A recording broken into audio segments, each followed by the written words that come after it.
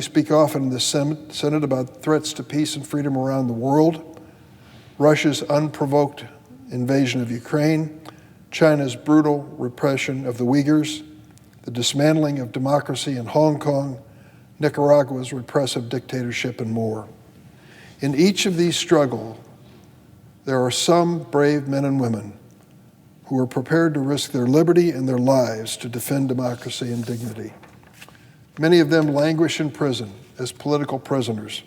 Their captors often try to torment them by telling them the world has forgotten you. No one knows you're here. Well, I want to make sure that that doesn't happen by coming to the floor of the Senate and sharing some of these stories. Today, let me tell you about a few of them. Let me start with a Russian opposition leader of remarkable courage, Vladimir Kara-Murza. He was poisoned twice by the Russian spy agency FSB, 2015 and 2017. He not only survived that, but he continued his work for a democratic Russia. He was a close friend of Senator John McCain, who asked him personally to serve as a pallbearer at his funeral. I met Mr. Kara-Murza in March, 3 weeks before Russia invaded Ukraine. He was living near Washington at the time with his wife and 3 children, but he told me he was going back to Russia. He had work to do. On April 11th, he was arrested in Moscow, one day after giving an interview in which he called Vladimir Putin's government a team of murderers. His wife, Evgenia Kara-Murza, also an advocate for democracy in Russia, who I expect to meet with later on this week, said, and I quote, "He's doing as well as you can do in a Russian prison that's notorious for torture, humiliation, and mistreatment." Earlier this month, the Senate unanimously passed a resolution I led with Senator Marco Rubio, calling on Russia to release Vladimir Kara-Murza immediately, along with Alexei Navalny, another Russian opposition leader, and thousands of others. Russians jailed for speaking up against repression, for even mentioning the possibility of the murderous war in Ukraine. It is time for America to stand up for Mr. Kara-Murza, and those like him have shown extraordinary courage. Senator Layla de Lima is a leading human rights advocate in the Philippines. She's a state senator who just passed her 5th year in jail. Here she is in her cell. Why is she in prison for 5 years?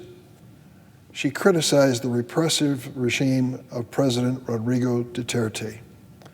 From time to time, she writes to me from her prison cell. Let me share a short excerpt of a recent letter. Quote, "Warm greetings from my detention headquarters. I do not know for how long I'll remain behind bars, but there's one thing I'm sure of. My will to fight for what is right continues to be undeterred."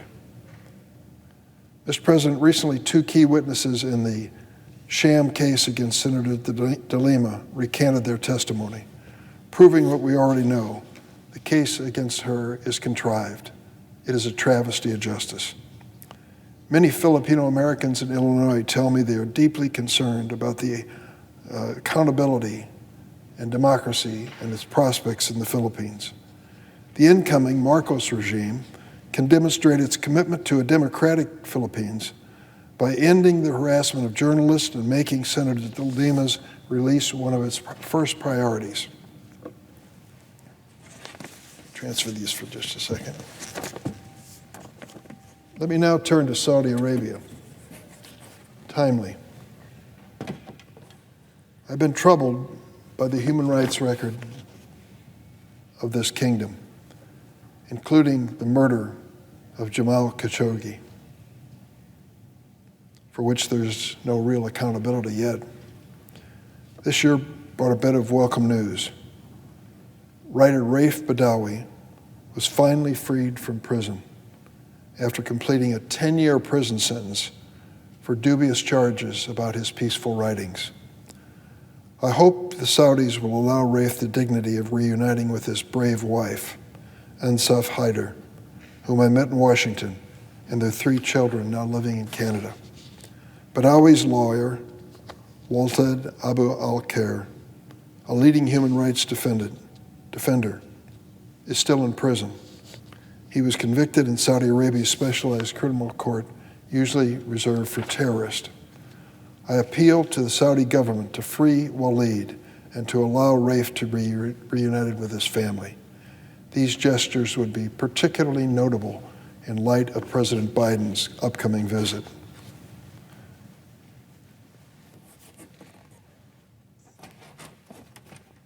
Finally, let me turn to the United Arab Emirates. This is Ahmed Mansour, one of the last major human rights voices in the Emirates. Arrested in 2017 for using blog posts to advocate for reform and human rights in his nation. Convicted of charges of threatening the UAE's state security and social harmony, they sentenced him to 10 years in prison. He's been there for more than 5, at times in solitary confinement, isolated from other prisoners, no contact with his family. He's reportedly been tortured. Despite the dismal conditions of his incarceration, he remains steadfast in his commitment to human rights. He's conducted multiple hunger strikes to protest prison conditions. I appeal to the United Arab Emirates' new president, Mohammed bin Zayed Al Nahyan, to take this opportunity early in his presidency to demonstrate compassion and courage by releasing Mr. Mansour. Mr. President, America's strength around the world comes not only from our military and economic might, but from the power of our values. Over the years, I've heard many political prisoners. They tell me that the support of this body, of Congress, of America, and so many others in our government sustained them through the lonely, desperate times they spent in jail for days and weeks and months and years. I'll close with the words of Vladimir Kara-Murza. This is from a recent op-ed he wrote for the Washington Post from his Russian prison. He wrote, "The prisoner's worst nightmare is the thought of being forgotten. I always knew how true these words were and how important were international campaigns of solidarity with prisoners of conscience. I now feel it with my own skin."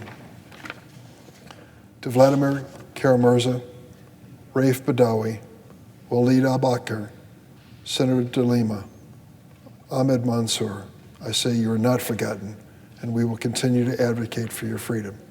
And let me also close by acknowledging that a member of my staff, Chris Holman, has really inspired me to take on this cause and works at it diligently. Our reward, an occasional political prisoner makes it to my office here in Washington. One of them from Africa presented me with basically a baton that he had made while in prison with my name on it, because he'd heard that I remembered him and spoke of him on the floor of the Senate. I'd say to my colleagues on both sides of the aisle, make this part of your responsibility as a United States Senator. Find these people, these heroes who are sadly wasting away in prison, and remember them on this floor. It can make a difference. Some will be released. All will remember the fact that you stood up for them at the time of great need. Mr. President, I yield the floor.